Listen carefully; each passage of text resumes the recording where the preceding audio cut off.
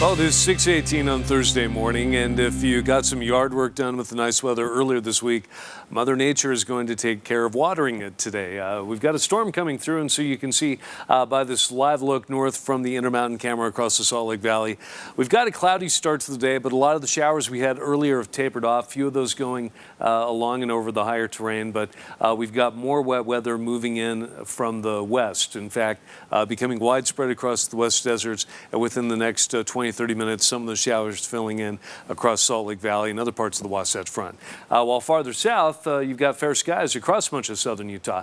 Now, our temperature in Salt Lake is 54 with the breeze northeast at 5 miles per hour. So even though the system is coming through, it's actually going to be feeling pretty comfortable for a lot of you when you head out the door. That's a little bit warmer than it was 24 hours ago. It's 39 in Evanston, 45 currently in Green River, 43 in Cedar City, and 10 degrees warmer than that in St. George. You're starting out 53 this morning.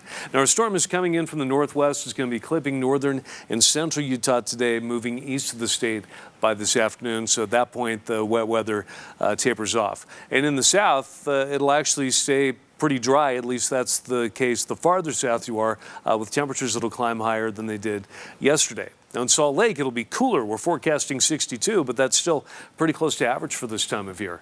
Our record today is 88. And we've got a big enough warm-up next week. While we might not be into record territory, we'll come pretty close. We'll show you those numbers in just a second here. But first, you can see we'll be hovering near 60 along much of the Wasatch Front this afternoon. Same thing in Cache Valley, 55 in Park City, 72 in Moab, 80 in St. George. Now, it'll be sunny in the south, partly cloudy through central Utah with a slight chance of some showers. That's the case in the northeast as well. But most of our valley rain and high elevation snow will be over northern Utah. Most likely this morning into early afternoon, it'll turn more showery during the second part of the day. And any snow we get would be above 8,000 feet, where there could be a few inches piling up.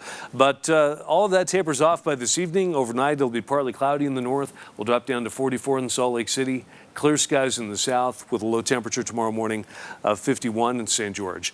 Big warm up on tap. A lot of sunshine heading into the weekend with a temperature in the upper 80s in St. George by then. But how about mid 90s by next Tuesday and Wednesday? So it'll start to feel like summer, or at least a preview of that.